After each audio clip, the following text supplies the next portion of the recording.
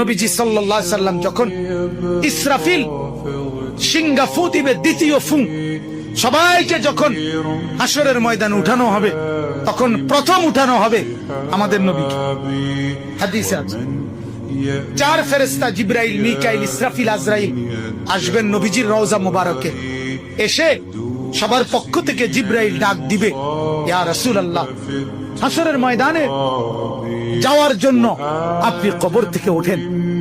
হাদিসে আছে আল্লাহর নবী সাল্লাল্লাহু আলাইহি সাল্লাম কবর থেকে চোখ মেলবেন, আর উঠে দাঁড়াইতেই কপালের বালু মুছতে মুছতে তাকাইয়েই বলবেন প্রথম কথা, জিবরাইল, তোমরা শুধু 4 জন ফেরেশতাই আসলা আমাকে নেওয়ার জন্য, আমার উম্মত আসে নাই। আমার উম্মত কোথায়? আমার উম্মতের হালাত, আমার উম্মত কি আমার বর্তমানে জাহান্নামে চলে গেল নাকি?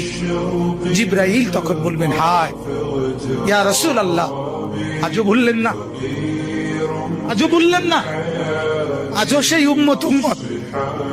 যাওয়ার দিনও বললেন, দুনিয়ায় থাকতেও বললেন, আজও বললেন। আপনার উম্মতের এখনো উঠেই নাই, এখনো তো কবর থেকে কেউ তুলে নাই, আপনাকে তুলেই বাকিদেরকে উঠানো হবে।